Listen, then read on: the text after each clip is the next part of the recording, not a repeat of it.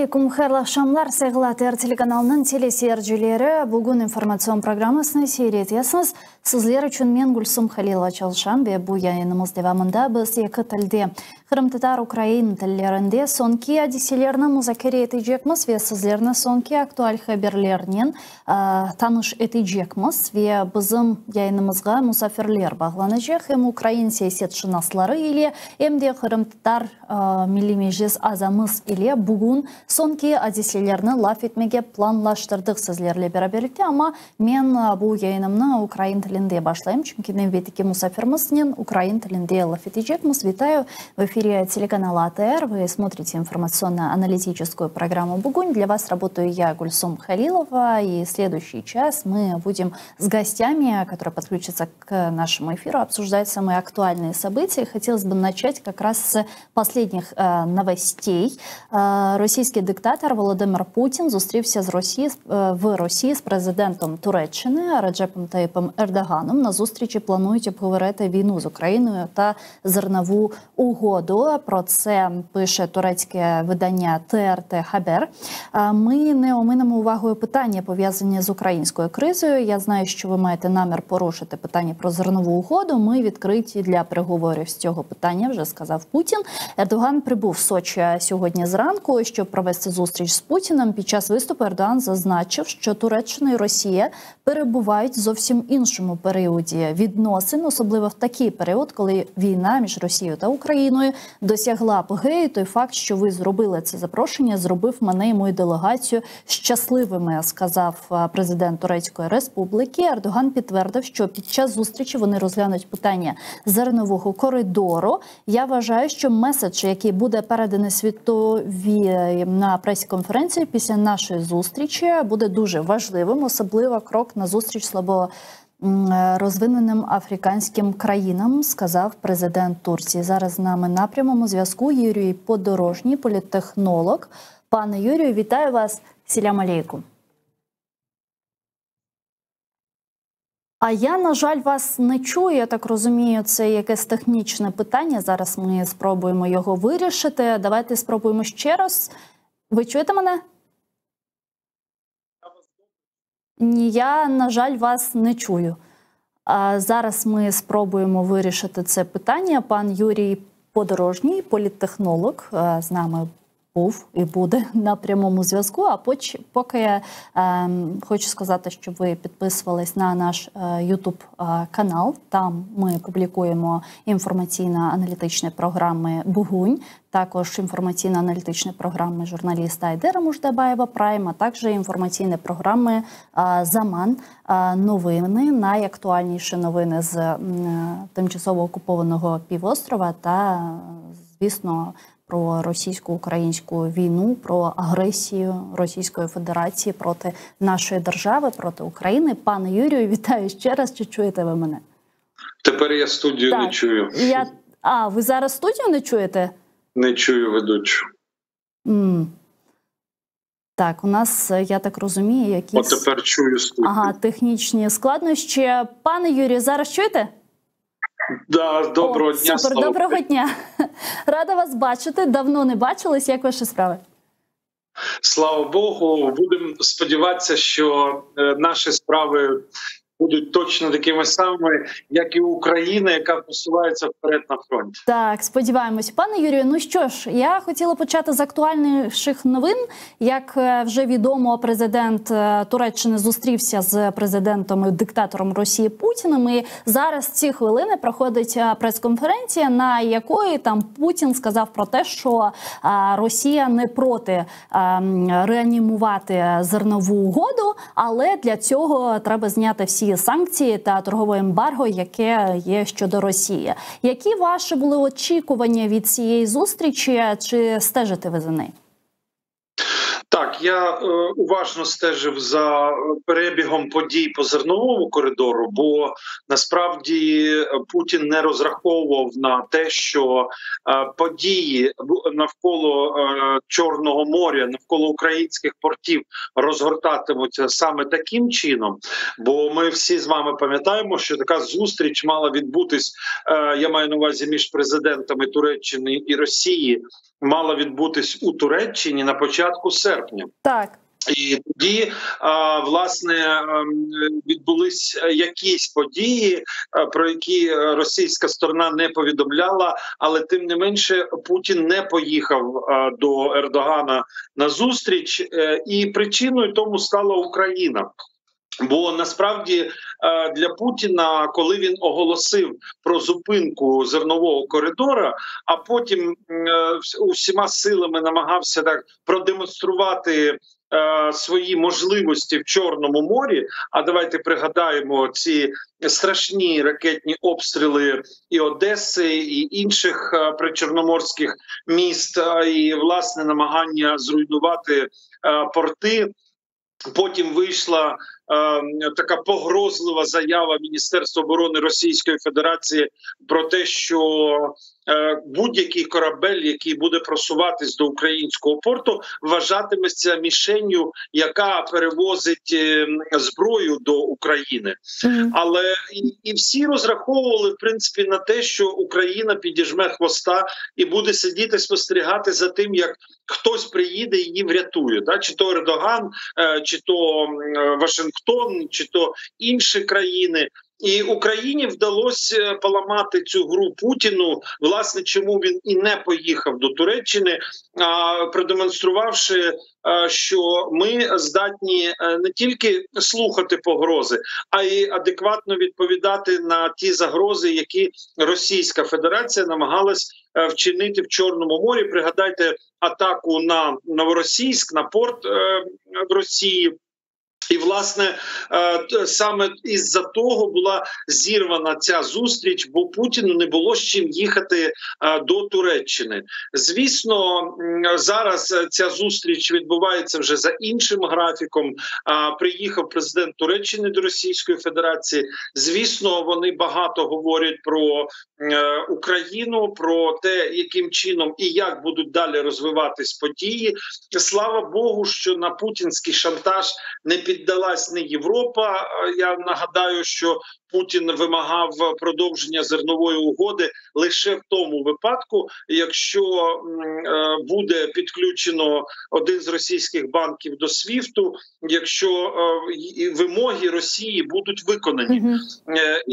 І такий шантаж, принаймні досі, росіянам не вдається отримати з цього якийсь профіт, результат. І от наскільки ця зустріч просуне, власне, відкриття зернового коридору, мені важко сказати, бо ми ж розуміємо, що перемовини з Росії і Туреччини – це добре, але в цій ситуації і Україна повинна сказати своє слово. І ви знаєте, я вам хочу сказати, після оцих подій на морі, в Чорному морі, коли Україна дала росіянам відповідь на їх погрози, то сьогодні Україні треба ставити питання про відкриття, так би мовити, морського фронту і забути взагалі словосполучення «зерновий коридор». Тому що нам варто зараз ставити питання про повноцінне відновлення експортно-імпортних операцій через українські порти. Бо не зерном єдиним жива українська економіка, і тому, напевно, треба просуватись вперед саме по цьому питанню. Да, ну а как это сделать? Кто может гарантировать безопасность в Черноморском регионе в данном случае? Ну, рівно як ніхто не може гарантувати безпеку тих, хто везе, наприклад, в Україну свої товари або вивозить з України свої товари західним кордоном. Росіяни також можуть обстріляти, росіяни також можуть погрожувати, власне, саме і на західному кордоні. Ну, я к тому, что, помните, пане Юрий, извините, я вас перебила, помните, был период, когда Россия только вышла с зерновой сделки, да, обговаривался вопрос о том, что может быть продолжена работа зернового коридора без участия России под эгидой Североатлантического альянса, либо под эгидой ООН, то есть это исключительно Турция, да, которая является посредником, это Украина, и, собственно, вот некие корабли ООН там, и НАТО, которые могут обеспечить безопасность продвижения судов, которые везут зерно, или неважно, какой-либо товар без участия России. Такое, на ваш взгляд, сейчас реально? Либо НАТО или ООН и так далее, они не пойдут на вот такой риск того, что Россия может там начать обстреливать и прочее, а это будет означать прямая конфронтация России с НАТО? Ну, я думаю, що цієї прямої конфронтації рано чи пізно не уникнути, але я й не бачу просування в цьому питанні з боку Північно-Атлантичного альянсу. Очевидно, треба росіянам було ставити ультиматум з цього приводу. Ультиматум, що цей морський шлях, я його навіть коридором не хочу називати, тому що, власне, Туреччина контролює Босфор і Дарданели. Туреччина є ключовою в цьому питанні вивезення із Чорного моря товарів в світ, не тільки в Середземне море, а по всьому світу. Очевидно, Північно-Атлантичному альянсу треба було займати жорстку позицію з цього приводу, тому що ми ж з вами побачили за час цієї війни, що росіяни розуміють тільки мову сили. Так, звичайно. По мордам треба було як слід надавати, і, очевидно, Ердоган зараз робить останні якісь спроби домовитись з Путіним і пояснити йому, наскільки його позиція може бути не враховуватись, власне, якщо країни Північно-Атлантичного альянсу приймуть рішення робити це без Російської Федерації. З іншого боку, ніхто не хоче йти на ризик і на пряму конфронтацію, ми це з вами вже зрозуміли. Бо насправді 6-й флот американський мав стояти в Чорному морі ще там місяць тому, щонайменше місяць тому. Однак ми цього з вами не бачимо, і от якщо б не така жорстка позиція України з цього приводу, очевидно б і зараз у Путіна були б більш сильні позиції на цих перемовинах. Він би міг далі вимагати те, що він хоче вимагати. Однак, чим завершиться? Очевидно, Путін має на щось погодитись. Очевидно, Ердоган з чимось їде чи з'їздив до Російської Федерации. Пане Юрий, давайте послушаем прямую речь турецкого лидера, а дальше послушаем короткую речь российского диктатора и попробуем с вами проанализировать, вообще пришли ли к чему-то лидеры.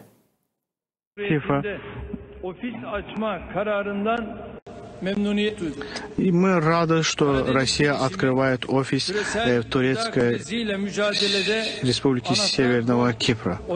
Считаю, что Россия сыграла, особенно Черноморская инициатива сыграла ключевую роль для беднейших стран. Словно дыхательным путем оказалась эта инициатива для беднейших стран.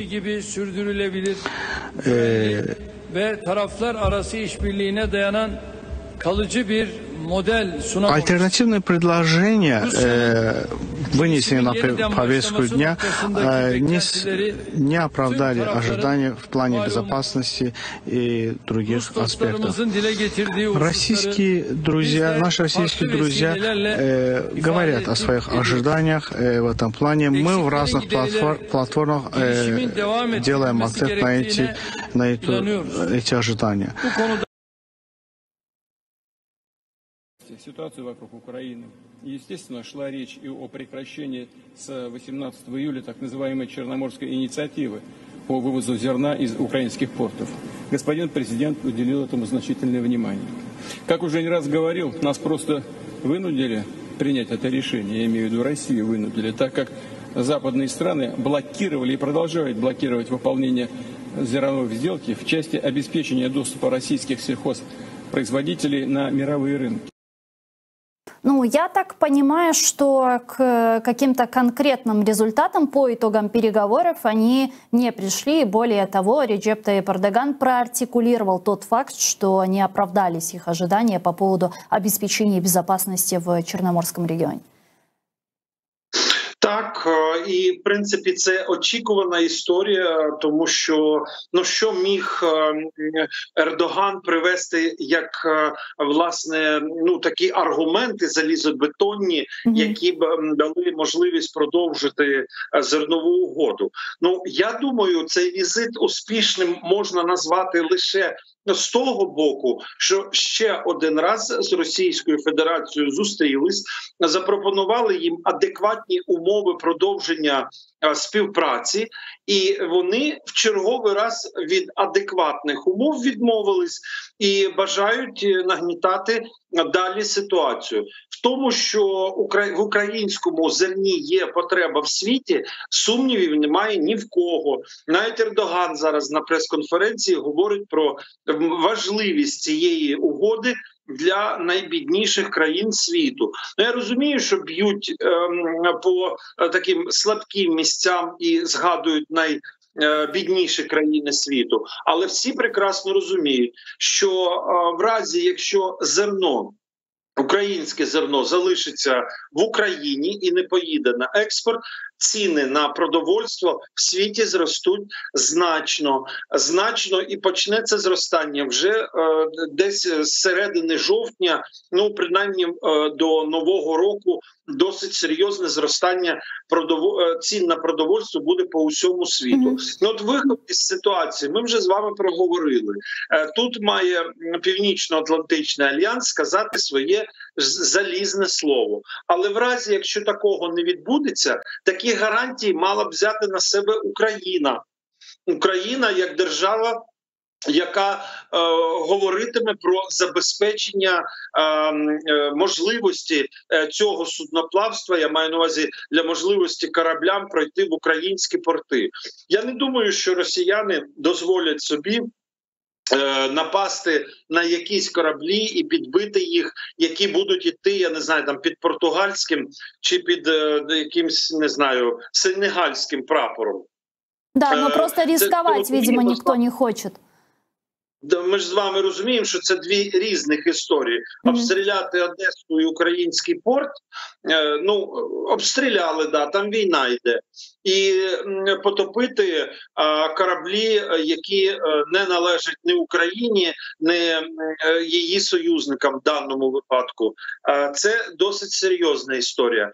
Якщо всі проковтнуть історію з Чорноморською ініціативою, з зерновим коридором, то я думаю, це буде не на користь ні Україні, ні її союзникам. Очевидно же, что Россия и российский диктатор Путин, они не намерены вообще урегулировать этот вопрос. И это стало очевидно заявление Путина, который в очередной раз выдвигает заведомо невыполнимые условия. Помните, в начале широкомасштабного вторжения точно такие же заведомо невыполнимые условия они предлагали с гарантиями безопасности к НАТО, чтобы те вернулись к границам 96-го или 97-го года, а точнее выхода многих стран НАТО, которые уже туда вошли после объявления своей независимости и прочее. И понятно было, что эти требования ни НАТО, никто, ни партнеры выполнять не будут. Сейчас Путин делает то же самое, он выдвигает заведомо невыполнимые условия, чтобы сняли там санкции, сняли эмбарго, включили систему SWIFT и так далее. Понятно, что этого никто делать не будет. И от этого очевидно, что ни в какую вообще они не хотят урегулировать эту ситуацию, урегулировать войну, а наоборот намерены ее деэскалировать. Только вопрос в том, как далеко они могут с этим зайти. Вони зайдуть настільки далеко, наскільки їм буде дозволено. І якщо сьогодні не прийняти ніяких мір щодо Росії, то ескалація в Чорному морі, я думаю, набуватиме інших масштабів. Бо росіяни, я ще раз хочу про це сказати, що розуміють тільки мову сили. І іншої мови вони розуміти не хочуть. Вчергове Путін зараз про це розповів. Вибачте, говорити зараз з Путіним про те, що там дозвольте вивозити українське зерно, хоча я підкреслюю, повинні говорити про те, що не одним зерном морський шлях повинен бути розвинутий не одним зерном. Ми повинні говорити про відновлення всього експорту. От сьогодні Україні треба приймати рішення, яким чином забезпечувати, так би мовити, це судноплавство без участі Росії. Бо, вибачте, йде війна. Так. І що зараз з країною-агресором, про що зараз з країною-агресором домовлятись? Ну, підуть, наприклад, уявимо собі, що Захід пішов на поступки. Ну, завтра вони ще придумають якісь нові умови для того, щоб він дозволяв продавати зерно. Це неправильна історія з усіх боків. А вопрос, от возвращаясь к Турції, пане Юрію, навіщо це Туреччині? Навіщо їхати Ердогану до Путіна і знову казати на нього наші друзі, наші російські друзі? Не режет ли вам ухо эта вот формулировка із уст Ердогана? Ну, давно перестала різати, тому що Ердоган насправді по-іншому Путіна і не називав. Він із задоволенням з ним продовжує співпрацю, Туреччина співпрацю, і не тільки в там якихось політичних моментах, вірніше не стільки. Для Туреччини Росія важливий партнер економічний, і тут Ердоган за жодних обставин не хоче припиняти цю співпрацю. Я вам нагадаю, що за час роботи зернового коридору Турецька Республіка зробила достатньо великі кошти власне на цьому зерновому коридорі, коли була оцею перевалочною базою для українського зерна. Тому Ердоган, який намагається з усіх сил після обрання налагодити або стабілізувати економічну ситуацію в країні, а ми пам'ятаємо, що там були певні економічні проблеми, за будь-яких обставин він намагається отримати перевагу і тут. Ну, це що стосується економіки. З іншого боку, Ердоган продовжує намагатись вистрибнути із регіональних лідерів, от Туреччини як країни, із регіональних лідерів, і достатньо значиме слово сказати, власне, по перемовному процесу і припиненню війни. Ну, єдине, що не один він намагається, так би мовити, бути учасником цього процесу. Не одна Турецька Республіка. Ну, наскільки йому вдасться просунути Україну і Росію до якогось столу перемовин, я не кажу мирних перемовин, я взагалі кажу до якогось столу перемовин. Ну, ми вже з вами побачили по цій прес-конференції. Росія не буде навіть такому другу Ердогану іти на зустріч і просуватися вперед в якихось питаннях. Ну, ми ж з вами розуміємо, що якщо б зараз в Кремлі були хоча б на 1 міліметр налаштовані на мирні перемовини, то ця зернова угода працювала б в припришку. І, власне, Путін би дав би поступку і наказ на те, щоб все працювало, щоб все, що просить Ердоган, виконали і в кінцевому підсумку робили. Бо сьогодні Кремль стоїть на позиції війна. Війна, яку він буде вести з Україною і далі. Саме тому він ставить вимоги, які ніхто виконувати не може, не буде і не хоче. І, власне, це для всіх знак, що навіть такі дружні, теплі стосунки, які є у Туреччини і Російської Федерації, не допоможуть не то що мирним перемовинам, а взагалі розмові за одним столом перемовин Росії і України. То есть можем ли мы сказать, что через призму российско-украинской войны Турция как страна и Эрдоган как лидер планируют реализовать свои геополитические амбиции, да? И ни для кого не секрет, вот эта всеми известная фраза Реджепа Тайипа Эрдогана, что мир не состоит из 5, так он намекает на членов Совета Безопасности Организации Объединенных Наций, и что Турция тоже должна занять свое место на геополитической арене.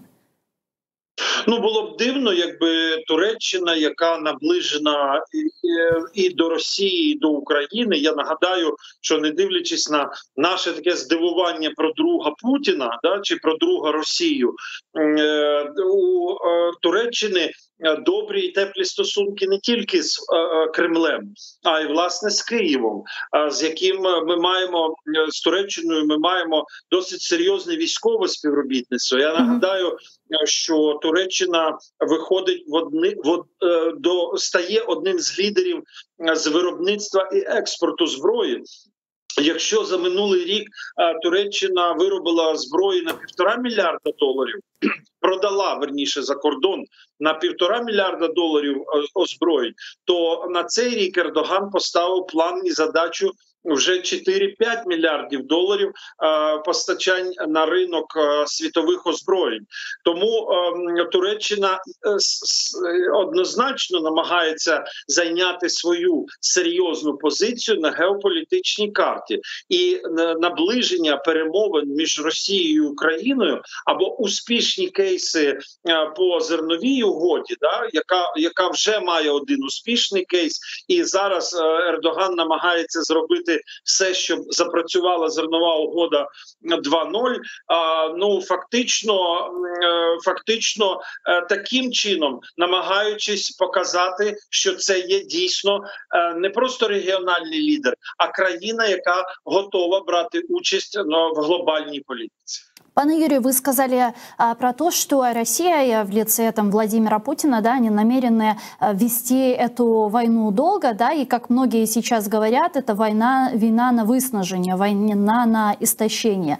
И это мы на самом деле слышим также из уст многих представителей украинского истеблишмента, украинских чиновников. Вот совсем недавно министр по вопросам реинтеграции временно оккупированных территорий Ирина Верещук говорила о том, что украинцы должны быть готовы к тому, что эта война может продолжаться долго и закончиться не в этом году, и даже не весной следующего года. И кроме нее такие месседжи транслировали довольно много украинских политиков. Хотя раньше, я уже не говорю про Арестовича, который говорил 2-3 недели, но хотя многие рассчитывали на то, что контрнаступление будет довольно успешным уже этим летом, и возможно, даже рассчитывали на то, что в августе будут на территории нашего родного полуострова Крым. Но чего не происходит? Как вы думаете, вот почему изменилась такая риторика и в чем причина?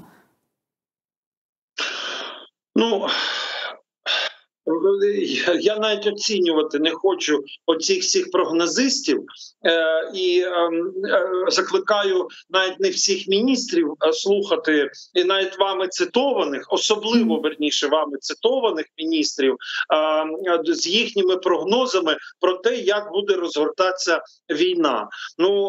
Дорослі люди розуміють, що в такій справі, як війна, з ядерним противником, з яким ми ведемо і маємо справу вже майже 10 літ, у нас війна в Україні йде майже 10 літ, із них 1,5 роки повномасштабного наступу, гарячої фази цієї війни. Бо колись історики не будуть розділяти її на якісь дві війни. Це одна війна, яка триває, і вона набула зараз таких широких масштабів. І от давайте менше слухати прогнозистів, бо у нас, напевно, в країні компетентно на цю тему можуть розмірковувати дві людини, які обізнані в тому, що відбувається. Це президент, Верховний Головнокомандувач, який знає абсолютно всю ситуацію щодо війни, щодо геополітичної ситуації, щодо якихось внутрішньоекономічних питань, які тісно пов'язані з тим, здатні ми вести війну чи не здатні. І, напевно, головнокомандувач Залужний, який безпосередньо розробляє разом з своїми генералами плани на війну і фронт. І якщо, мені здається, ви б у цих двох людей запитали зараз, коли закінчиться війна, вони б однозначно вам сказали, ми не знаємо. Так, звичайно. Знаючи такий об'єм інформації, який є у них двох, вони б обидва зараз сказали, що вони не знають, коли закінчиться війна. А я вам ще за Залужного нагадаю, який минулого року, коли всі експерти, всі, не всі, але частина, яка собі дозволяла якісь робити прогнози, коли закінчиться війна, розповідала нам про місяць, 2, 3, про 6 місяців, про 8, про 12. Да. Залужний влітку минулого року сказав, що, ребята, не розслабляйтесь, російські війська можуть знову потрапити під Київ. І що російські війська, це було влітку 22-го року, я нагадаю, що російські війська можуть знову стояти під Києвом. Тому, слава Богу, що його припущення не збулись, що ми сьогодні маємо ситуацію ту, яку маємо, що ми не задоволені тут в Україні просуванням контрнаступу.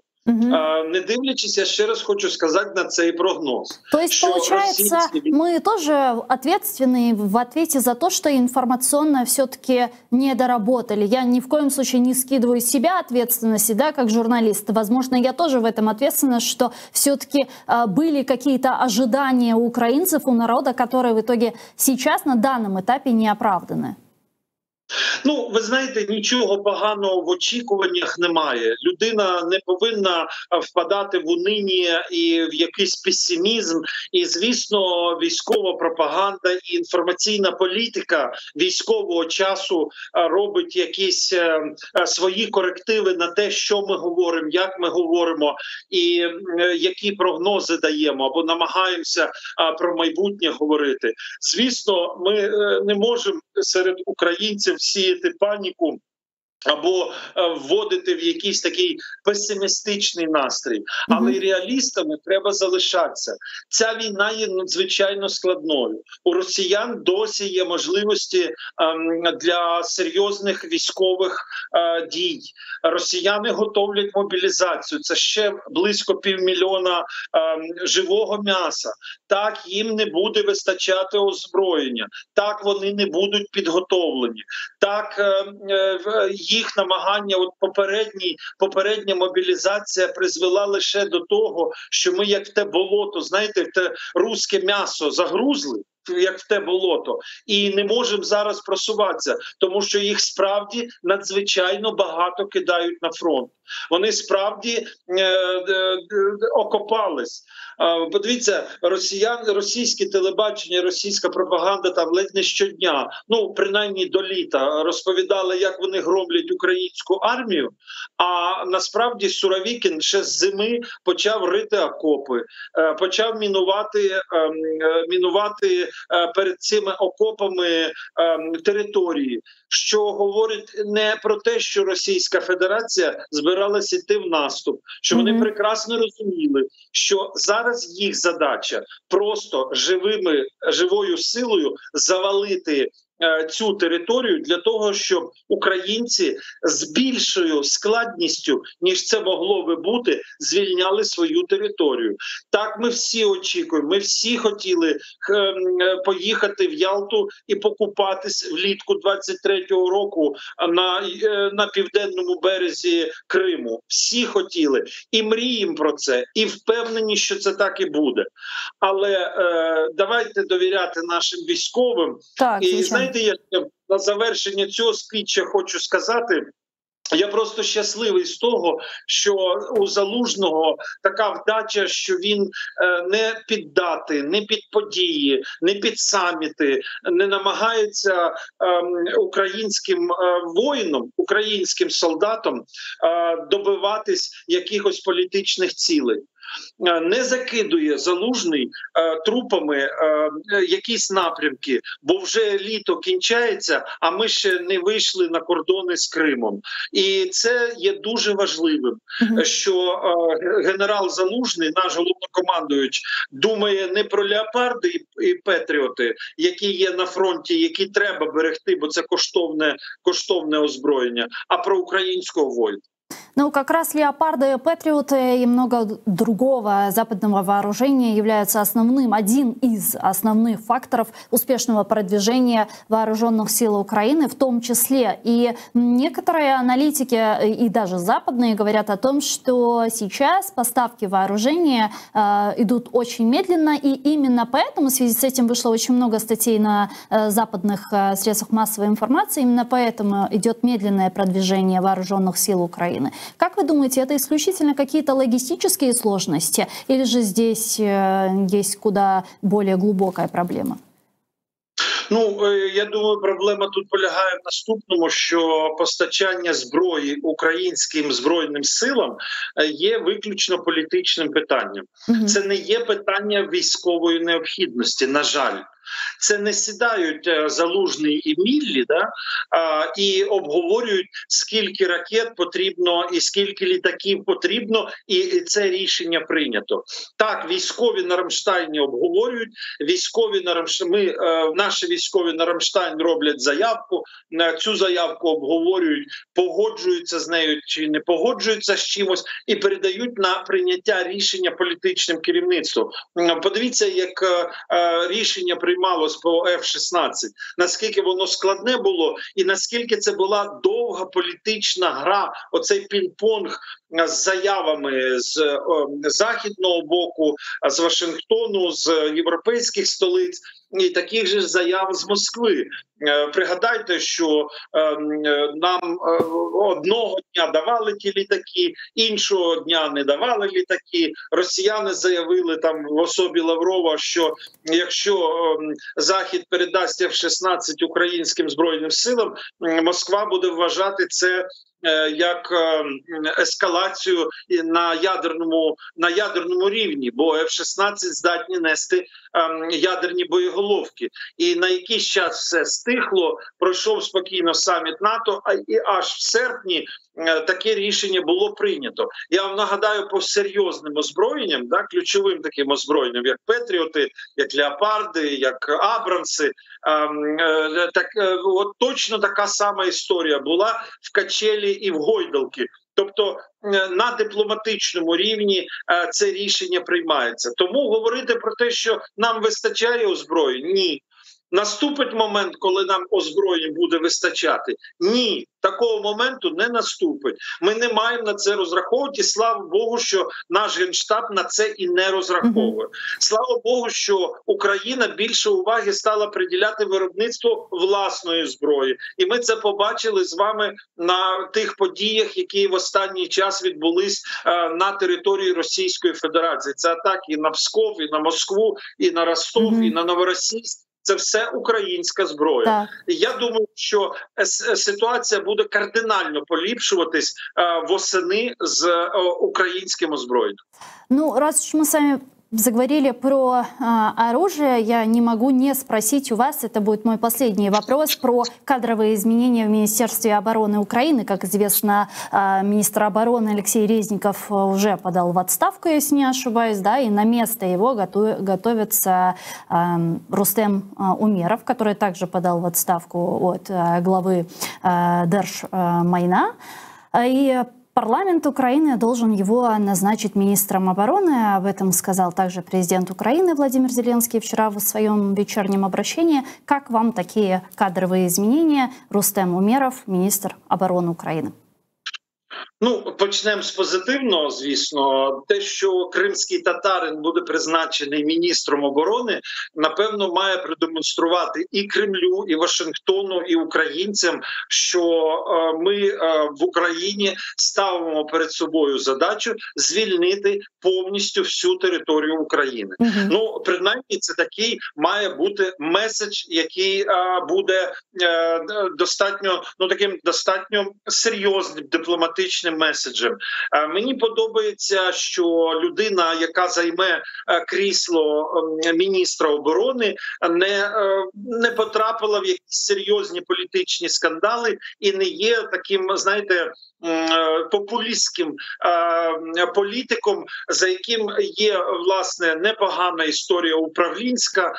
Він дійсно займав посаду голови фонду державного майна. А я нагадаю, що це одна з найскандальніших посад, яку можна собі тільки уявити. І мало кому вдалося пройти цей шлях аж стільки часу, не маючи жодного корупційного або приватизаційного скандалу. Це вже для мене такий залізобетонний знак плюс. Я нагадаю, що пан Умеров є людиною, яка має непоганий бекграунд дополітичний. В нього є серйозний фонд, який підтримував в нього, в його брата є серйозний фонд, який підтримував і українських військових, і багато було зроблено ним особисто як політиком, навіть не з провладної партії, але він брав участь в перемовинах по обмінам. От в Саудівську Аравію перемовини велись. Я знаю, що ще там підлітком він мав навчання в Сполучених Штатах Америки, що в принципі йому буде нескладно, напевно, на сьогоднішній день розмовляти і розуміти ментальність і менталітет американців. А ми розуміємо, що міністру оборони насправді важливо розуміти тих, з ким він буде надалі розмовляти. А нескандальність його, відсутність такого скандального бекграунду означає, що, можливо, прийде людина, яка нарешті наведе порядок в Міністерстві оборони. Тихо, спокійно, без крику, без шуму, бо там насправді треба докласти достатньо багато зусиль для того, щоб ми не мали таких позорних, скажу російською мовою, скандалів. Ну просто сором бере від того, що ми цілий рік, знаєте, сором'язливо намагались не коментувати, тому що не хочеться розкачувати якусь ситуацію, власне по міністерству, принаймні, оборони. Але те, що Резнікова вже заміну на Резнікова шукали давно, ну вже принаймні більш місяць, і що власне така лава запасних дуже коротка виявилась, і що було надзвичайно складно знайти того, хто б міг задовільнити на сьогоднішній день Офіс президента, як кандидатура, яка, очевидно, до адекватного стану має привести власне міністерство. Єдине, що я хочу сказати, що бажаю успіху новому міністру, і нехай ті очікування українців, які є щодо роботи міністерства, виправдаються. Дякую вам дуже, пане Юрію. Çok sağ olun, що знайшли час та доєдналися до нашого ефіру. Teşekkürler. Юрій Подорожній був з нами на прямому зв'язку. Політтехнолог, політичний аналітик. Я вже переходжу на кримсько-татарську мову, бо наступний наш гість – це Ільмі Умеров, це член Меджлісу кримсько-татарського народу, з яким ми будемо розмовляти кримсько-татарською мовою. Saygılar arkadaşlar. Yayınımızın devam etmesi doğru. Eşitkenizge göre artık bir aydan beri bu mesele müzakere edildi ama artık aşikar oldu. Kurultay delegesi Rustem Umerov ve Ukrayna Milli Varlık Fondu'nun yol başçısı artık demek bu işten çıkarılması üzere arızasını verdi ve Ukrayna Müdafaa Naziri olması planlaştırıla. Hakikaten bu çok mühim bir hadise. Neden? Çünkü ilk defa Ukrayna özünün istiklalini ilan etkeninden bugüne kadar ilk defa bir Kırım Tatarını nazir olarak tayinlenmesi planlaştırıla ve bu biz için, aslında umumen halkımız için Kırım Tatarının nazir olması bu çok gurur bergen bir hadisedir ve bundan daha mühim olan şey bu makamda bulunganından sonra hakikaten de gururlandırıcı hareketlerinin yapılmasıdır. Bu elbette ki şimdi tek başlangıç. Rustem Bey Umerov hakikaten de Kırım Tatar halkının böyle parlak evlatlarından biri olarak çok büyük bir işler yaptı onun vakti devamında. Çok mühim makamlarga geldi ve şimdi nazirlikке tayinlenecek dep planlaştırıla. Bu da tam kesin bir malumat değil ama artık Ukrayna prezidenti bunu tasdikladı. Şimdi bu kararın kabul edilmesi için Ukrayna parlamentosu bunun için rey vermeli ve Ukrayna parlamentosu, yani Ukrayna parlament prezident cumhuriyeti olganından sebep Ukrayna parlamentosu bu kararını kabul edecek ve Rustem Umerov'nu Ukrayna Müdafaa Naziri tayinleyecek ve sırf bu savaş şaraitlerinde bu makamın Kırım Tatarına verilmesi bu hakikaten de çok mühim ve imaj tarafından Kırım Tatar halkı için de çok gurur verici bir şey ve daha da yaxşı olur eğer ki Rustem Umerov bu makamı devamında hakikaten de çok mühim işler yapıp ki özü gayet yaxşı bir yönetici olarak bu işlerin neticesinde demek bu halkımız için de çok mühim bir hadisedir arkadaşlar. İlk defa İlmi Umerov'nin bu meseleni laf edecek mi? Ve sadece bu mesele değil. İlmi Ağa, selamun aleyküm, hayırlı akşamlar. Aleyküm selam. Ilmiha, demek Akşamlar hayırlı olsun. Şimdi Rustem Umerov'nun Ukrayna Mudafaa Naziri rolüne tayinleneceğin meselesini laf ettik. Yayınımızga koşulgan musafirimiz ve elbette ki siz nende bu meseleni biraz müzakere etmege isterim. Çünkü aytkanim gibi ilk defa bir Kırım Tatarını nazirlik rolüne tayinleyler Ukrayna'da ve bu eşitilmegen bir şey. Bizde nazir muavini var, Emine Hanımcık var. Bizde Ukrayna prezidenti temsilcisi var, Tamila Hanımtaşeva. Hatta Arsen Bey Jumadilovna Ukrayna Mudafaa Nazirliğinin demek satın aluv agentsiyasının yılbaşçısı olarak tayinlediler ve Rustem Umerov'ga şimdi böyle bir ciddi makam keli. Niye düşünüyorsunuz bunun ile bağlı sizin fikirleriniz buyurunuz? Birinciden kıvanam bizim gelecek neslimiz bizden daha becerikli olacak. Oldu endi. Ona pek kıvanam. İkincisi Kırım Tatar ministr obrony olsa Ukrayna'da cenk vaktinde askerlerin başı Kırım Tatar olsa bakın nasıl simvolik bir şeyler çıkar bundan. Rusya Ukrayna'nın cenk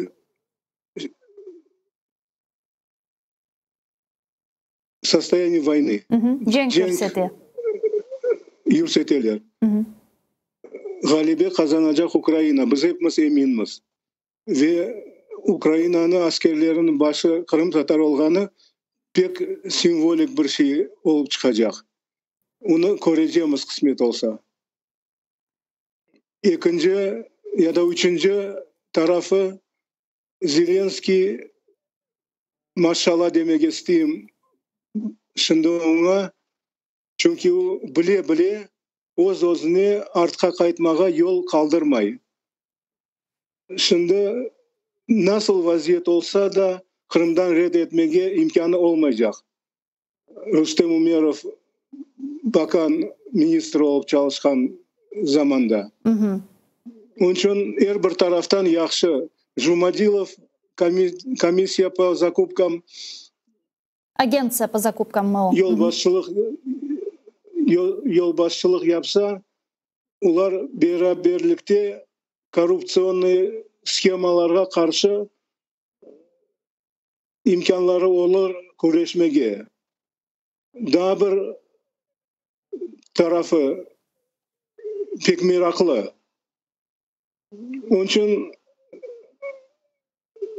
Kırım'da misal için kaç adamla laf ettim, hepsi gururlanıp, uyanıp, duyguları kaynağı işte. Evet. Onun için bu da bizde olmayan şey, Kırım Tatarı da ministr Ukrayna aklımda yok olgan soyu. Onun için bir adım aldığına daha milletimiz yapacak kısmet olsa, Burskun kvorum toplansa, reyler yetse, tayinlerler. Yani inşallah çünkü umut etemiz ki öyle olur. Çünkü hakikaten bu gururlandırıcı bir şey ama diğer taraftan buna sizin fikrinizce demek Rustem Umerov'nu Mudafaa Naziri olarak tayinlemek kimin aklına geldi ya da neden sebep ayın böyle karar alındı? Sizin fikrinizce bunda sadece Rustem Umerov'nun şahsiyeti ve onun yapkan muvaffakiyetli faaliyetleri mi var ya da başka bir sebep mi mevcut da? Ben şahsi Rustem Umerov'nu pek yaxşı tanıyım. Balalıktan, kiçkene bala olan zamanlarından. Babasını yaxşı tanıyım. Onun için ben asıl şüphelenmeyeyim. Bu insan milletçilik tarafından, milli hareket tarafından bir yetişmezlikler olur bunda deyip şüphelenmeyeyim. Ben şüphelenim tek Ukrayna devletin yolbaşçılarına bir vakti kelgende apansızdan bir şeyler yapıp boşatıp yibermeseler eleşiler olmak mümkün. Ama şahsi Rustem'ge işanam, inanam ve gururlanam. Ayni biz de oyla birde şunu soraycak edim. Mına sizin fikrinizce endiden bir Kırım Tatara Mudafaa Naziri olganından sonra demek bu Kırım ve Kırım Tatar halkımız için ne managa keli? Yani bu nasıl bir mananı taşı? Çünkü men bir taraftan düşüneyim. Mına Kırım Tatarının Mudafaa Naziri olması hakikaten çok mühim. Bu çok gurur bergen bir şey. Bu çok yaxşı bir şey. Hem de bizim imajımız tarafından, Kırım Tatar halkının imajı tarafından. Çünkü Mudafaa Naziri başka çeşit türlü ülkelerge bara görüşeler, laf eteler. Anda muhakkak ismi adı farklı olganından sebep işte sen milletin o geç çıkacak, o sorulayacaklar, bu sorulayacaklar. Demek Türkiye açısından bu çok önemli bir şey. Ama diğer taraftan buna bu makamda olmak ve bu makamda muvaffakiyetli bir şeyler yapmak bu bizge bir taraftan gurur veriyor. Ama diğer taraftan buna eğer ki misal olarak bazı böyle düşmanlar çıksa veya istemeksizlik etseler ve ilahire bu da biraz darbe olabilir. Siyasette her şey olabilir. Onun için bu olmaz demege olmay. Ama yaxşı çalışmağa şimdiki vaziyette cenk şeklinde kıyın olacak. Onun için ben Rustem'ge de aytam, şimdi teleseyircilerge aytam, muhayt olmak gerek. Ukrayna korrupsiyonlu bir devlet. Korrupsiya norma gibi tanıla. Bu Rustem ise yeni nesilge kire genç korrupsiyon schemalarga karşı kurešmege tırışacak. Arsen yanında olsa beraberlikte neticelerini de görürüz. Misal için bir yıl çalıştı fond Gosimuşsto'da. Anda bilgeniniz gibi bir tanesi yaxşılıkla gitmedi. Ya öldürdüler, ya kapadılar, ya kovaladılar. Rustem ise birinci onların hepsinin arasında temiz gitti ve imaj pek yüksek seviyede. Ben bilesem bunda da öyle yapmağa imkan tapar. O akıllı, istidatlı şüphesiz ya çaresini çaresini tapar. Ya mına sizin fikrinizce Kırım ve Kırım kaytarılıv boyunca bu nasıl rol oynayabilir? Çünkü çok sıralar işte Kırım yok diplomatik şekilde müzakereler olması gerek ve ilahri çünkü iktidarda çeşit türlü güçler var ve biz bunu yaxşı anlayımız. Ama artık Mudafaa Naziri Kırım Tatarı olganı vakit bu Kırım'ın tezden işgalden kurtarılığına bir şekilde yol açabilir mi sizce?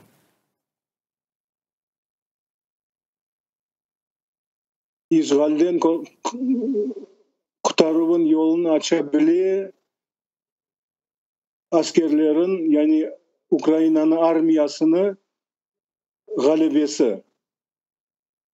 Onun başlığı Kırım Tatar olganı simvolik bir şey. Rusya'nı Kırım Tatarı yendi degen laf yürüteceğimiz. Ben eminim ona.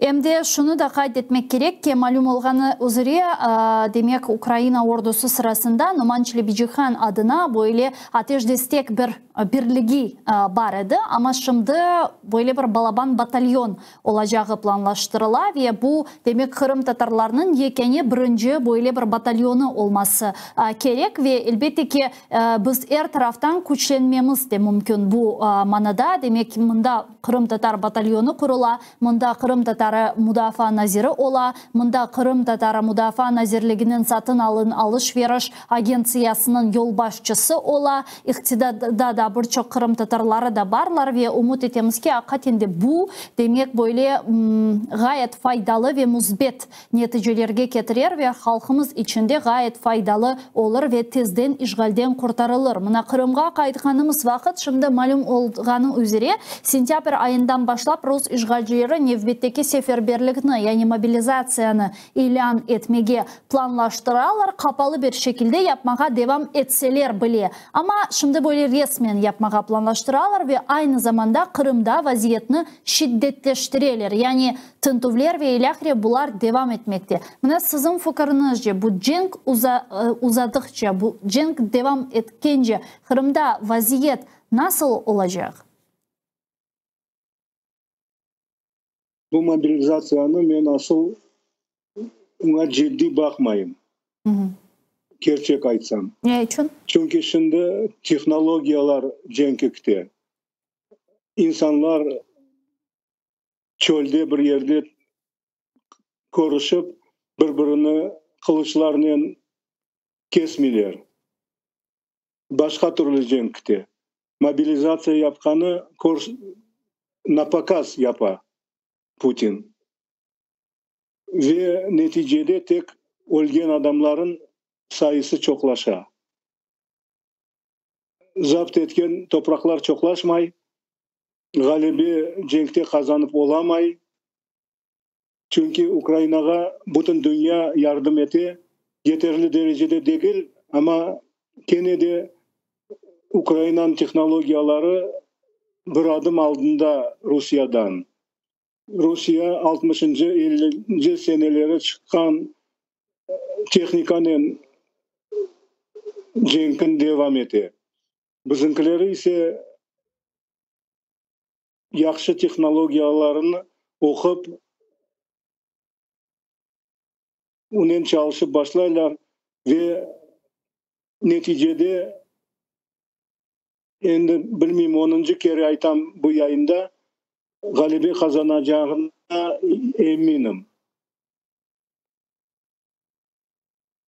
Mında sual sadece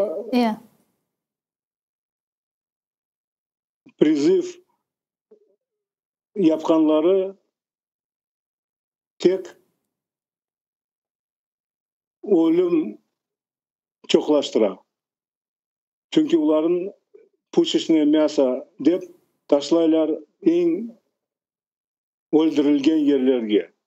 Ama mında bu mobilizasyonun esas problemi hususan biz Kırım Tatarlar için bu Ruslarının mahsus demek Kırım Tatarlarını orduga çağırmağa devam etkenleri. Bilesiniz, birinci mobilizasiya dalgası sırasında Kırım'ı birçok Kırım Tatarı terk etmek mecburiyetinde kaldı ve onlar şimdi bütün dünya boyunca seferber oldular. Kimi Türkiye'de, kimi Kanada, kimi Amerika Birleşken Devletleri veya Avrupa ülkeleri. Ve şimdi misal olarak ikinci mobilizasiya dalgası başlayacak olsa Kenne'de Kırım'dan böyle bir terk etuv dalgası başlayabilir. Bunda bir tehlikelerini koruyorsunuz mu?